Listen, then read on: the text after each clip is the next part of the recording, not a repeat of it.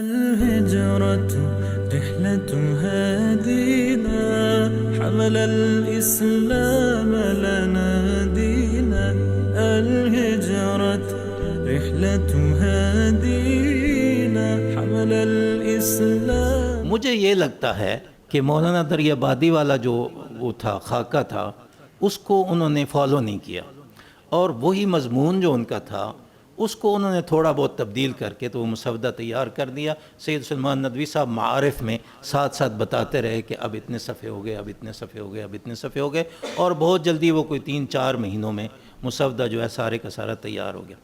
اگلا مرحلہ یہ تھا کہ جن علماء کے نام لکھے ہوئے ہیں ان کو بھی اور دیگر علماء کو بھی یہ مسودہ بھیجا جائے گا تاکہ وہ نظر ثانی کر کے بتائیں کہ یہ جدید حالات کے مطابق ہے یا نہیں.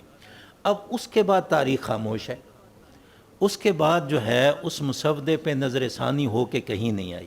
سن 1956 میں وہ مسودہ چھپا ہے شبلی اکیڈمی اعظم گڑھ سے، اور اسلام کا سیاسی نظام کے نام سے مولانا اسحاق سندیلوی بطور مصنف اس کے اوپر ذکر ہیں، اور مولانا عبدالماجد دریابادی کا اس کے اوپر پیش لفظ ہے، اور معین الدین ندوی صاحب جو ہیں ان کا بھی اس کے اوپر مقدمہ ہے. اس کو انہوں نے لکھا کہ پتہ نہیں کیا ہو گیا کہ دوسرے اجلاس کا جو مرحلہ ہے وہ نہیں آ سکا. جب میں نے کمپیریزن کیا اس خاکے کے ساتھ اور اس مسودے کا کمپیریزن کیا تو معلوم یہ ہوتا ہے کہ علماء کرام جو ہے، اب یہ میرا گیس ہے، ممکن ہے غلط ہو ممکن ہے صحیح ہو، کہ علماء کرام نے دیکھا کہ نہیں ہم تو کچھ اور چاہ رہے تھے، یہ کچھ اور بن گیا ہے. کیونکہ یہ جو مسودہ تھا اس کے اندر سخت باتیں لکھی تھی. چیئرمین صاحب بار بار مجھ سے پوچھتے تھے اس میں یہ بات لکھی ہوئی ہے؟ میں نے کہا جی لکھی ہوئی ہے. اس کے اندر لکھا ہوا ہے کہ شیعہ ووٹ نہیں دے سکتا، اس کے اندر لکھا ہوا ہے عورت ووٹ نہیں دے سکتی، اس کے اندر لکھا ہوا ہے کافر ووٹ نہیں دے سکتا. تو یہ پھر وہ علماء نے کیسے اس کو قبول کرنا تھا؟ انہوں نے چپ کر کے ٹیبل کے نیچے رکھ دیا ہوگا کہ اب کیا کریں، یہ تو ہم سے نہیں ہو نہیں سکا. تو ٹھیک ہے، چلتا رہا سلسلہ. اس کے بعد جب پاکستان بننے کو آیا، ہاں اس کے دوران جو سید سلیمان ندوی صاحب لکھتے رہے چیزیں کہ بہت ساری کاوشیں اور بھی شروع ہوئیں. علی گڑھ میں اس کے لیے کاوش ہوئی.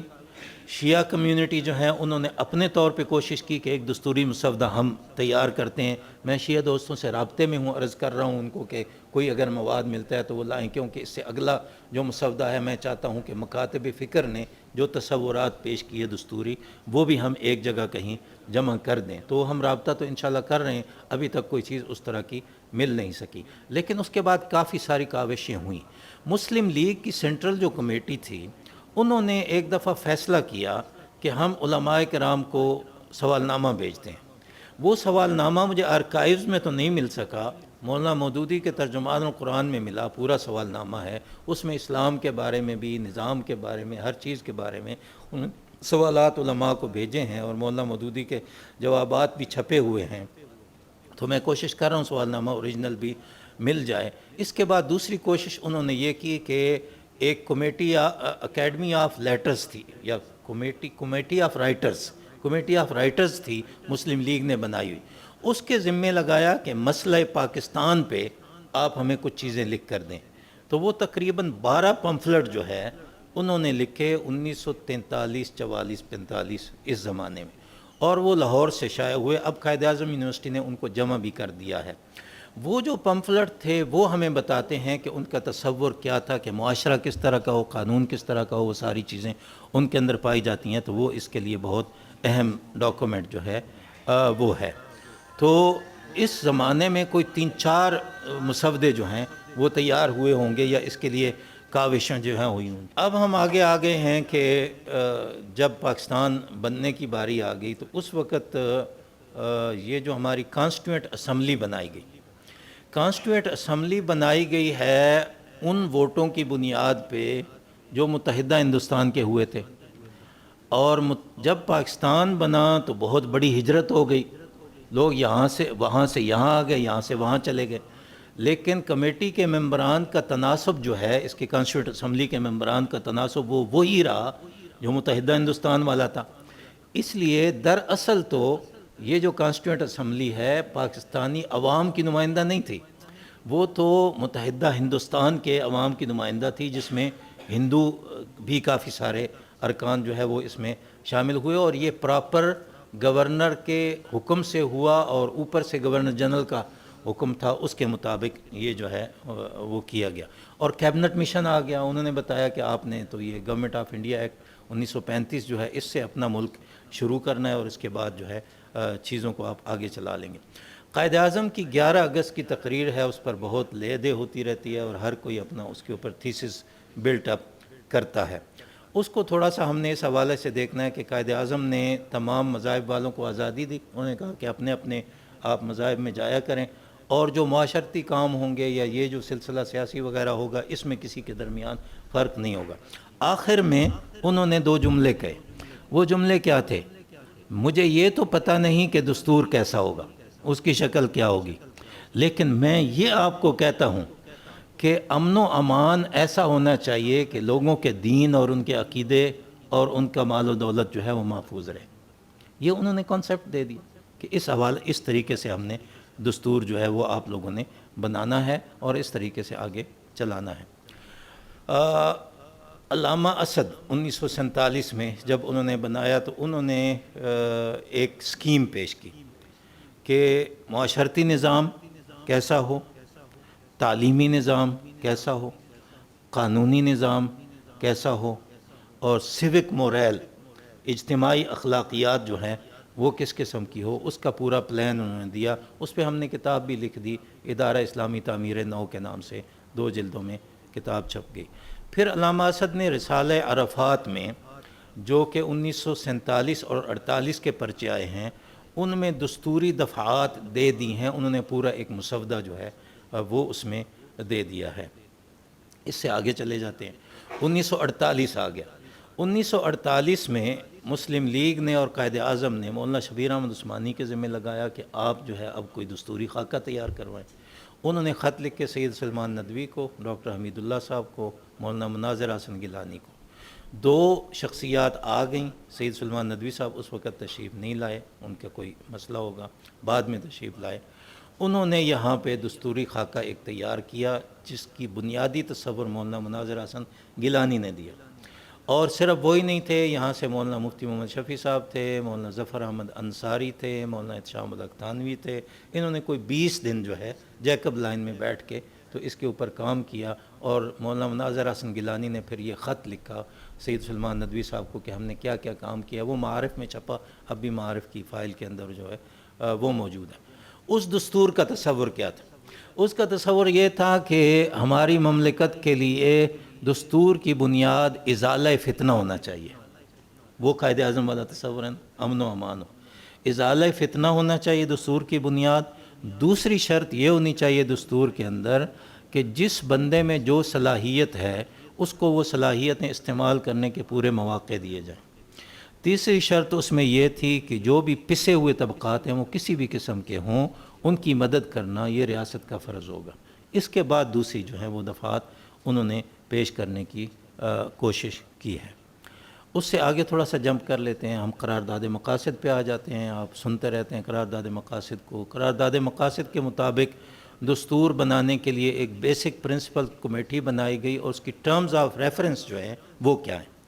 وہ یہ ہیں کہ آپ نے دستور کے بنیادی اصول طے کر کے دینے ہیں، لیکن شرط یہ ہے کہ وہ اصول قرارداد مقاصد سے باہر نہ جائیں، اس کے اندر اندر ہوں۔ اس کے لیے انہوں نے بورڈ آف تعلیمات اسلامیہ جو ہے وہ بنا کے دیا، سید سلمان ندوی صاحب اس کے آ کے چیئرمین بن گئے، اور اس بورڈ نے کافی سارا کام کیا۔ جب بیسک پرنسپلز کمیٹی کی پہلی رپورٹ آئی ہے، اور وہ پورے چیپٹر نہیں تھے دستور کے، تو وہ پہلی رپورٹ پر کچھ بنگالیوں نے اعتراضات کیے، اردو بنگالی کا مسئلہ کچھ چھڑ چکا تھا، کچھ علماء کرام نے اعتراض کیے کہ آپ نے تو اس میں پورا اسلام نہیں ڈالا، کچھ اور اعتراضات جو ہیں وہ آ گئے۔ تو وزیر اعظم لیاقت علی خان نے فیصلہ کیا کہ اس کو ہم پبلش کرتے ہیں، تو اس کو اخبارات میں چھاپ دیا گیا، اور لوگوں کو کہا گیا کہ آپ خط لکھ کے تو اپنے بتائیں ہمیں کہ آراء کیا ہے۔ اس کو اگر ہم ریفرینڈم کہہ دیں کہ پہلے دستور کے بارے میں ریفرینڈم ہوا تو میرا خیال ہے کہ غلط نہیں ہوگا۔ پھر اس کی ایک رپورٹ بنی جو کہ قومی اسمبلی کی لائبریری میں کہیں محفوظ ہے، مجھے اس کی کاپی مل گئی، وہ ہم نے کونسل کے اندر محفوظ کر دی۔ اس کے اندر انہوں نے کالم بنا کے لکھا ہوا ہے کہ فلاں نقطہ جو ہے قرارداد مقاصد کا اس کے بارے میں عوام کی کیا رائے ہے، فلاں نقطے کے بارے میں کیا ہے، فلاں نقطے کے بارے میں کیا ہے، اور بورڈ آف تعلیمات اسلامیہ کی کیا رائے ہے، وہ ایک کمپیریٹیو سٹیٹمنٹ جو ہے وہ موجود ہے۔ اس طرح کا کام جو ہے وہ بھی اس میں ہوا۔ تو 1956 میں جب دستور بنا، اس سے پہلے ہی سید صاحب نے کہہ دیا، سید سلیمان ندوی صاحب نے، کہ دستور تو اسلامی بن رہا ہے، قانون کا کیا ہوگا؟ تو قانون کو اسلام کے مطابق بنانے کے لیے بھی آپ کو انتظام کریں۔ تو یہ فروری 1952 میں ایک لاء کمیشن بنایا گیا، اور اس کو کہا گیا کہ آپ قوانین پر نظر ثانی کر کے تو اس کا جو ہے ہمیں وہ دے دیں، تجاویز دے دیں۔ پھر اس سے آگے چلے جاتے ہیں۔ وہ دستور ختم ہو گیا، جلدی ختم ہو گیا 1956 والا۔ اس میں اسلامک کمیشن ایک آیا تھا، اور ادارہ تحقیق و تدریس اسلامی آیا تھا۔ 62 کا جو دستور آیا، اس کے اندر پاکستان کا نام بدل گیا۔ اسلامی جمہوریہ پاکستان ہوا کرتا تھا تو جمہوریہ پاکستان ہو گیا۔ قرارداد مقاصد میں لکھا ہوا ہے کہ عوامی نمائندے جو ہیں وہ اللہ تعالیٰ کے اقتدار اعلیٰ کو امانت سمجھ کے اس کی حدود کے اندر رہ کے استعمال کریں گے، تو اس کے اندر حدود کے لفظ اڑا دیے گئے، باقی جو ہیں وہ باقی رہ گئے۔ اسی طریقے سے جو اسلامی نظریے کی مشاورتی کونسل تجویز کی گئی، اس کے اندر سے پرانے قوانین اڑا دیے کہ اس کے اوپر بھی آپ نے نظر ثانی کرنی ہے۔ ان کو کہا گیا جب ہم آپ سے پوچھیں گے کہ یہ قانون کے بارے میں بتائیں تو آپ بتا دیجئے گا، یا اسلامی قوانین کو آپ مرتب کر کے اسلامی احکام کو ہمیں دے دیں تو ہم اس میں سے دیکھ دیکھ کے قانون خود بناتے رہیں گے۔ تو جب اسمبلی آئی تو اس کے اندر اس پہ بہت زیادہ اعتراض ہوا، اور حکومت کو ان کی بات ماننی پڑی اسمبلی کی ڈیبیٹس کی، اور 1963 میں اس کی ترمیم آئی، اور اسلامی نظریے کی مشاورتی کونسل کو وہ چیزیں واپس ملیں جو اسلامک کمیشن میں تھیں، اور پاکستان کا نام بھی اسلامی جمہوریہ پاکستان دوبارہ ہوا۔ قرارداد مقاصد جو ہے وہ بھی مکمل ہو گئی۔ کونسل 1962 میں بنی تو 1963 میں انہوں نے ایک سوال نامہ جاری کر دیا۔ آپ کو پتہ ہے سوال نامہ ایک جاری کر دیا، اور بی ڈی وہ جو ہوتی تھی بیسک ڈیموکریسیز، ان کو بھیجا اور کمشنرز کو بھیجا کہ یہ آپ سب سے رائے لے کے دیں کہ ان سوالوں کے جواب کیا ہیں۔ بنگالی میں بھی چھاپا، اردو میں بھی چھاپا، اور انگریزی میں بھی چھاپا۔ اس کے اندر سارا لکھا ہوا تھا کہ آپ اسلام کے بارے میں کیا کیا چیزیں چاہتے ہیں، آپ کے مطالبے کیا ہیں۔ وہ دھڑا دھڑ آنا شروع ہو گئے کونسل میں۔ تو اچانک جو ہے وزیر قانون صاحب اس وقت کیا ہے کہ یہ کیا شروع کر دیا آپ لوگوں نے، تو وہ وہاں رک گیا۔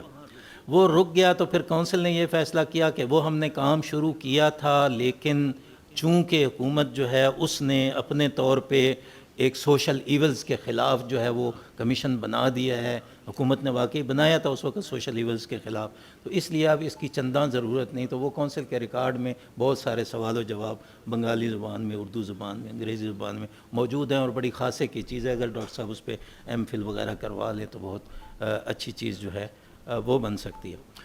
پھر ایوب خان صاحب نے جب دوبارہ الیکشن لڑنے کی کوشش کی تو اس کے اندر ایک بڑی مزے کی چیز مجھے ملی ابھی کیبنٹ ڈویژن کے ریکارڈ سے، کہ ایوب خان صاحب نے حکم دیا کہ ایک پمفلٹ شائع کیا جائے کہ اس پاکستان کی آئیڈیالوجی کو خطرہ ہے، تو آپ جو ہے وہ منتخب کریں صدر کو تاکہ آئیڈیالوجی جو ہے وہ محفوظ رہ سکے۔ تو اس کا کچھ نمونہ سا جو ہے وہ پھر کونسل میں ہم نے جو ہے محفوظ کر دیا۔ چلتے چلتے اب اسلامی نظریاتی کونسل یہ بن گئی۔ اس کے صرف میں یہ بتا رہا ہوں کہ 4 فرائض منصبی اس کو دیے گئے۔ پہلا فرض منصبی یہ تھا کہ مسلمانوں کی انفرادی اور اجتماعی زندگی قرآن و سنت کے احکام کے مطابق کیسے بن سکتی ہے، اس کی ترغیب ملے اور لوگوں کو اس میں مدد ملے۔ دوسرا فرض منصبی یہ تھا کہ کوئی نیا قانون جو بن رہا ہو، اس قانون کا اگر ریفرنس آ جائے تو کونسل بتائے کہ اس میں کوئی چیز قرآن و سنت کے خلاف تو نہیں ہے۔